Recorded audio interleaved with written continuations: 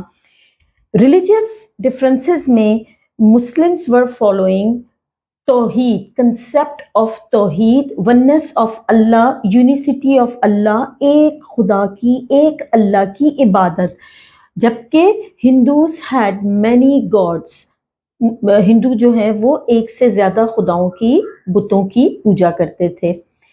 پھر مسلمان نماز، صلات ادا کرتے تھے، جبکہ ہندوؤں کا عبادت کا طریقہ کار مندروں میں بتوں کی پوجا تھا، یہاں مسجد میں نماز، وہاں مندر میں پوجا۔ پھر مسلمان سلاٹر آف کاؤ، حضرت ابراہیم کی قربانی کی یاد میں گائے کے ذبیحے کو پریفر کرتے تھے، جبکہ ہندو گائے کو ایک مقدس جانور، ایک سیکرڈ اینیمل تصور کرتے ہوئے اس کی عبادت کرتے ہیں، اس کے پوجا کرتے ہیں۔ دیکھیے یہ ان باتوں کو پاورفل میں بار بار کیوں کہہ رہی ہوں، کیونکہ یہ وہ چیزیں ہیں، یہ وہ باتیں ہیں جہاں پر انسان اپنے جذبات پر قابو نہیں رکھ سکتا اور کولیشن میں پڑ جاتا ہے، ٹکراؤ میں آ جاتا ہے، اس لیے یہ چیزیں بہت زیادہ میٹر کرتی ہیں ایک انسان کی زندگی میں۔ پھر اس کے بعد کلچرل ڈفرینسز، مسلمان جو ہے وہ اپنے مردوں کو دفن کرتے ہیں، جبکہ ہندوؤں میں اپنے مردوں کو جلانے کا رواج ہے۔ اسلام میں ایک بیوہ اور طلاق یافتہ کی دوسری شادی کو انکریج کیا جاتا ہے۔ ہمارے نبی کریم صلی اللہ علیہ وآلہ وسلم کی ازدواج مطہرات ام المومنین میں سے سوائے حضرت عائشہ رضی اللہ تعالیٰ عنہ کے باقی تمام ازدواج جو تھیں وہ یا تو بیوہ تھیں یا طلاق یافتہ تھیں۔ اس کا مطلب یہ کہ ہمارا مذہب ہمیں واضح ہدایت بھی دیتا ہے اور انکریج بھی کرتا ہے بیوہ کی دوسری شادی کے لیے۔ شاہ ولی اللہ اور ابن خلدون کی جو ریاستیں تھیں، مثالی ریاستیں، اس میں حکومت کے کاموں میں بیواؤں کی دوسری شادی کو اہمیت دینا سر فہرست ہوا کرتا تھا، جبکہ ہندو معاشرے میں ستی کی رسم کا رواج تھا، جس میں ایک بیوہ کو، ایک زندہ عورت کو اپنے مردہ شوہر کی لاش کے ساتھ جل جانا ہوتا تھا۔ although this custom is not anymore practiced in India as well, but یہ اس وقت کے سب کانٹیننٹ کے معاشرے کی بڑی خاص تفریق تھی، جس میں بیواؤں کو اپنے شوہروں کی لاش کے ساتھ زندہ جل جانا ہوتا تھا، اور یہ رسم ظاہر ہے مسلمانوں کے نزدیک بہت ہی زیادہ قبیح تھی، ظالمانہ تھی۔ پھر اس کے بعد سوشل فیکٹرز دیکھ لیجئے، ایکویٹی اینڈ جسٹس، مسلمان معاشرے میں no one is superior to the others، کسی دوسرے سے کسی کو بھی فوقیت حاصل نہیں ہے سوائے گڈ کنڈکٹس کے، اچھے چال چلن، اچھے اعمال کی بنیاد پر اگر کوئی اللہ کی نظر میں سپیریئر ہے تو ہے، ادروائز تمام انسان برابر ہیں۔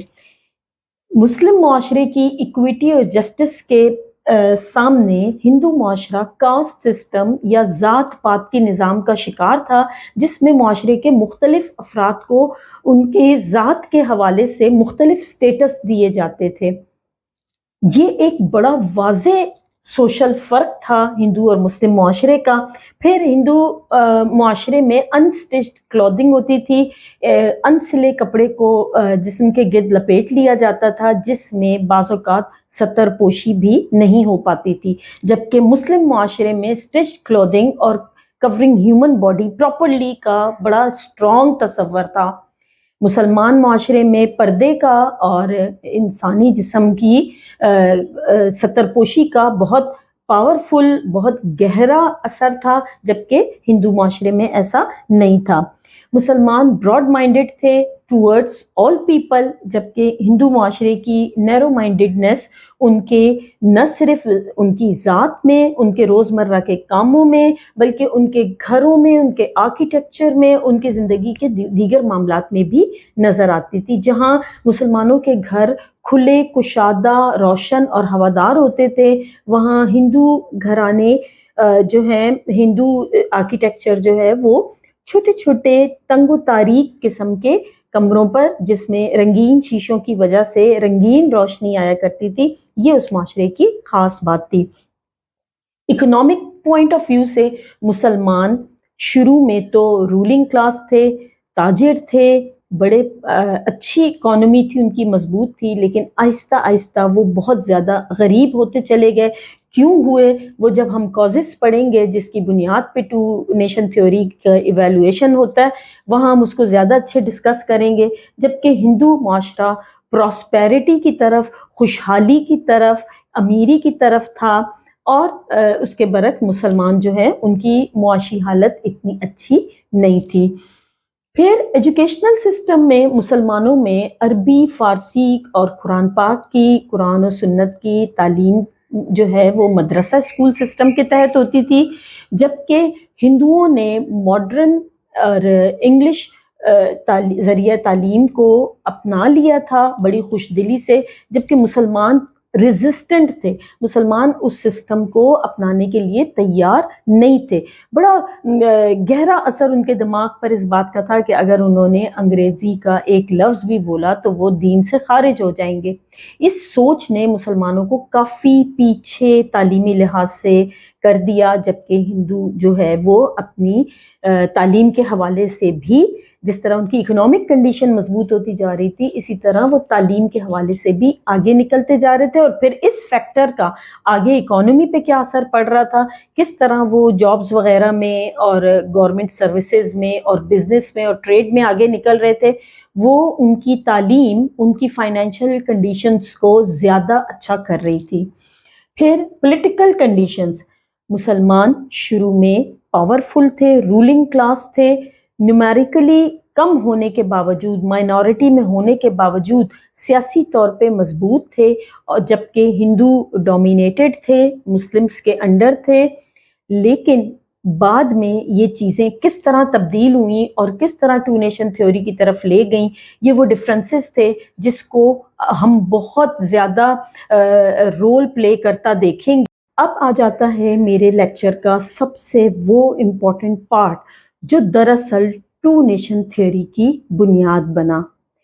دیکھیے، میں نے آپ کو اپنے پہلے لیکچر میں یہ بات کہی تھی کہ کریشن آف پاکستان میں پاکستان کی بنیاد ہے آئیڈیالوجی آف پاکستان، نظریہ پاکستان۔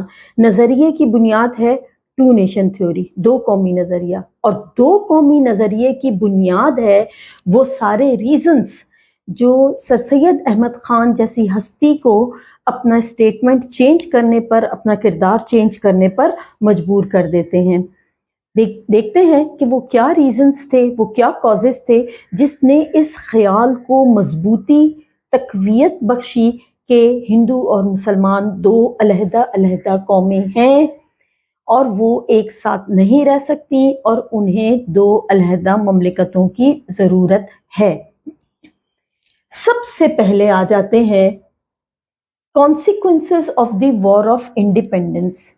سب کانٹیننٹ میں مسلمانوں کی حکومت جو 712 میں محمد بن قاسم کے آنے کے بعد سے مختلف شکلوں میں قائم رہی، 1857 میں، یعنی میں نے آپ کو بتایا تھا پچھلی ویڈیو میں کہ یہ 1235 سال کی کہانی ہے، ایک صدی سے زیادہ مسلمانوں نے اس خطے پر حکومت کی، اور فائنلی آخر کار 1857 میں آخری مغل بادشاہ بہادر شاہ ظفر کی ڈیتھ کے ساتھ اس مسلمانوں کی حکومت کا خاتمہ ہو گیا۔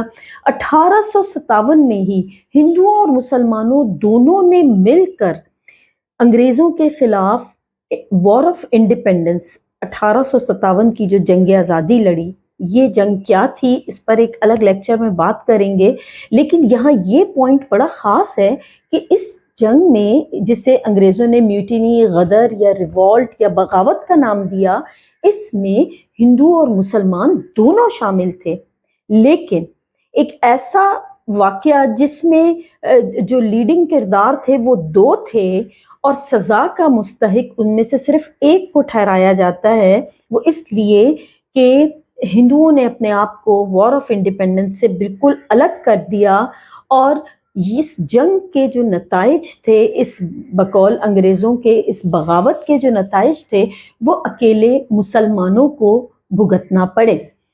مسلمان وار آف انڈیپینڈنس کے بعد ہر لحاظ سے تباہ و برباد ہوتے چلے گئے. ایجوکیشنل پوائنٹ آف ویو سے ان پر تعلیم کے دروازے بند کر دیے گئے، فائنینشلی ان کو جاب سے فارغ کر دیا گیا، ان کی جائیدادوں کو ضبط کر لیا گیا، ان کے کاروبار کو تباہ کر دیا گیا. مسلمان معاشی لحاظ سے، اکنامک پوائنٹ آف ویو سے غربت کی کھائیوں میں گرتے چلے گئے. دوسری طرف جو ہے وہ ہندو اس صورتحال کا فائدہ اٹھاتے ہوئے مستقل اوپر کی طرف جا رہے تھے. تعلیمی لحاظ سے مسلمانوں نے انگریزی تعلیم کو قبول کرنے سے انکار کیا اور یوں سمجھ لے کہ گھروں میں بیٹھ گئے، جبکہ اس موقع کا فائدہ اٹھاتے ہوئے ہندوؤں نے نہ صرف اپنے آپ کو انگریزوں کے قریب کیا، انگریزی تعلیم حاصل کی، انگلش کو پڑھنے میں، انگریزی تعلیم کو حاصل کرنے میں انہوں نے کوئی قباحت محسوس نہیں کی. نتیجہ یہ ہوا کہ گورنمنٹ سروسز میں، جابز میں، بزنس میں، ٹریڈ میں جن ایکسپرٹیز کی ضرورت تھی وہ ہندوؤں کے پاس تھی، اور انہی وجوہات کی بنیاد پہ وہ معاشی طور پہ بھی مضبوط ہوتے چلے گئے. مذہبی لحاظ سے مسلمانوں کی حالت اور زیادہ خراب ہو گئی ہوئی تھی. مساجد کو تالے لگا دیے گئے تھے، مساجد کے باہر نماز کے وقت ان پر سوروں کو ان کے اوپر دھکیل دیا جاتا تھا، ڈھول تاشے پیٹے جاتے تھے. ہر لحاظ سے یوں سمجھیے کہ ایک ذلت کی گہرائی تھی جس میں مسلمان گرتے چلے جا رہے تھے. یہ چیز جو برصغیر میں عرب تاجروں نے آ کے سب کانٹیننٹ کی سوسائٹی پر سمجھ لیجئے جو احسانات کیے تھے، اس معاشرے کو پراسپیرس کرنے میں، اس معاشرے کی ویلیوز کو بڑھانے میں جو مسلمانوں نے کردار ادا کیا تھا، اس کردار کو ہندوؤں نے یکسر بھلا دیا، بلکہ انہوں نے اس اپارچونٹی کو بہترین جان کر اپنے آپ کو انگریز ماسٹر کے، انگریزوں کے حوالے کر دیا، فل سبمسو ہو گئے. اور دراصل اس لحاظ سے وہ انڈین سوسائٹی سے مسلمانوں کا وہ انفلوئنس ختم کرنا چاہتے تھے جو پچھلے 1000 سال سے زیادہ یہاں موجود تھا. وار آف انڈیپینڈنس کی ان تمام نتائج کے جو مسلمانوں کو ہر لحاظ سے ذلت کی گہرائیوں میں دھکیل چکے تھے، ایسے میں سر سید احمد خان ایک ریفارمر کی حیثیت سے، ایک مصلح قوم کی حیثیت سے سامنے آئے، اور انہوں نے مسلمانوں کو ریلیجس پوائنٹ آف ویو سے، سوشل، کلچرل، ایجوکیشنل، پولیٹیکل ہر لحاظ سے اپلفٹ کرنے کی کوشش کی. نہ صرف کوشش کی بلکہ ہندو مسلم یونٹی اور اتحاد کے لیے بہت زیادہ کام کیا. لیکن 1867 میں، 1867 میں ہونے والا یہ ہندو اردو کنٹروورسی، ہندی اردو تنازعہ سر سید احمد خان کے خیالات میں تبدیلی کی بہت بڑی وجہ بن گیا. میں نے اپنے اردو لینگویج والے لیکچر میں یہ بات کی تھی کہ پاکستان کے بننے میں اور پاکستان کے ٹوٹنے میں اردو لینگویج کا بڑا کردار ہے. سب کانٹیننٹ میں ٹو نیشن تھیوری کے کریٹ ہونے میں، ہندی اردو تنازعہ، اور بعد میں 1971 میں ایسٹ پاکستان کا بنگلہ دیش بننے میں اردو اور بنگالی زبان کا تنازعہ، یہ دونوں تنازع جو ہیں یہ پاکستان کی تاریخ میں اردو زبان کی اہمیت کو بتاتے ہیں. سر سید احمد خان نے بنارس کے کچھ لیڈرز کی طرف سے ہندی کو سرکاری زبان قرار دینے کے لیے ڈیمانڈ پر اپنی تشویش کا اظہار کیا.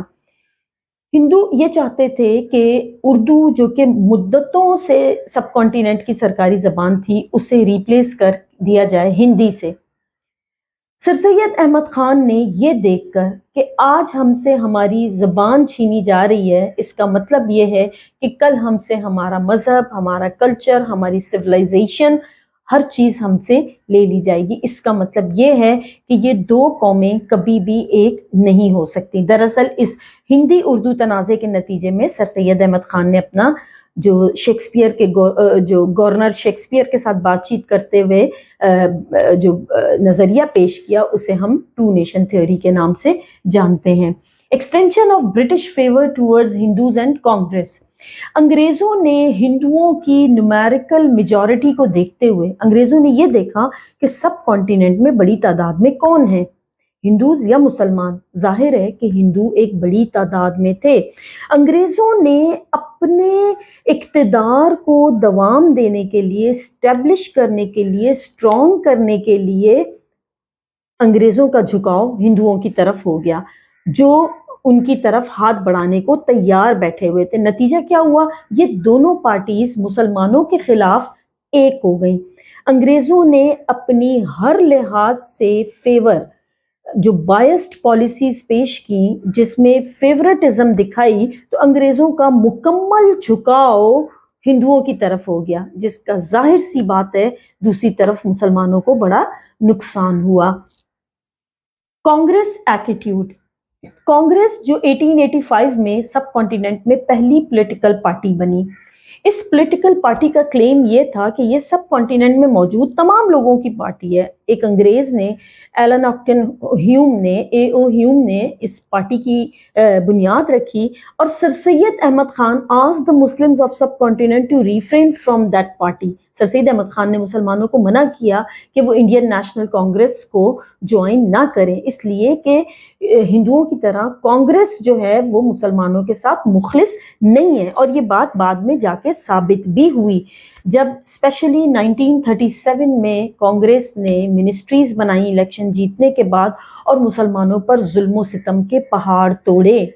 جب اسپیشلی کانگریس نے پارٹیشن آف بنگال کے موقع پر ری ایکشن دکھایا۔ یہ partition of Bengal partition of India کا ایک چھوٹا سا ٹریلر تھا۔ جس طرح سب کانٹیننٹ میں مسلم میجورٹی کے ایریاز پاکستان کو ملے اور ہندو میجورٹی ایریاز انڈیا کے پاس چلے گئے، اسی طرح جو 1947 میں ہوا، ایسا ہی ایک چھوٹا سا واقعہ 1905 میں بھی ہوا تھا، جب بنگال جو کہ ایسٹ بنگال ہندوؤں کی میجورٹی تھی، ویسٹ بنگال میں مسلمز میجورٹی تھی۔ جو ویسٹ بنگال کے لوگ تھے، جو مسلم میجورٹی تھی، وہ برٹش گورنمنٹ سے ڈیمانڈ کر رہی تھی کہ بنگال کو ایک کے بجائے 2 صوبے بنا دیے جائیں، اور جو ویسٹرن پارٹ ہے وہاں مسلم گورنر ہو، جو ایسٹرن پارٹ ہے وہاں ہندو گورنر آ جائے۔ ایک صوبہ 2 صوبے بن کر 2 انتظاموں کے تحت چلے، تاکہ لوگوں کو ان کے حقوق ملیں۔ برٹش گورنمنٹ نے ان کی یہ ڈیمانڈ مان لی تھی 1905 میں، لیکن ہندوؤں اور کانگریس کے اسٹرانگ ری ایکشن پر برٹش گورنمنٹ نے اپنا یہ ڈیسیژن واپس لے لیا تھا۔ یہاں پر جو ہے وہ مسلمان چونک جاتے ہیں کہ آج اگر ہمیں سب کانٹیننٹ میں بنگال کے ایک چھوٹے سے حصے میں حکومت ملنے پر جو ہندو اور جو کانگریس خوش نہیں ہے، وہ انگریزوں کے چلے جانے کے بعد پورے سب کانٹیننٹ میں ہمیں اقتدار میں حصہ کیسے دیں گے؟ لہٰذا پارٹیشن آف بنگال کی کینسلیشن نے مسلمانوں کو بالکل کلیئر کر دیا اس بات کے اوپر کہ وہ اب ہندوؤں کے ساتھ مل کر کوئی نہ تو موومنٹ چلا سکتے ہیں، نہ ان کے ساتھ فردر رہ سکتے ہیں۔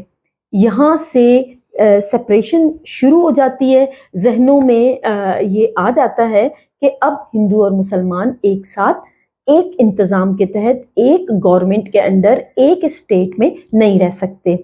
اس کے بعد political differences and nationalist movements, ہندو سماج کی طرف سے شدھی تحریک، آریہ سماج تحریک، یہ اس قسم کی تحریک تھیں جس میں ہندوؤں نے بڑے بڑھ چڑھ کر ہندوازم کو اور ہندو لینگویج کو، ہندی لینگویج کو اور تعلیمی نظام کو مکمل طور پر اپنے ہولڈ میں لینے کی کوشش کی۔ مسلم کلچر پہ تابڑتوڑ حملے، مسلم کلچر کے خلاف پروپیگنڈا، ان تحریکوں کا مین موضوع تھا۔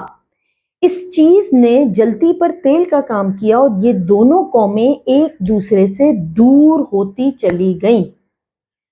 اب آپ یہ دیکھیے کہ ان دونوں قوموں کا مقصد ایک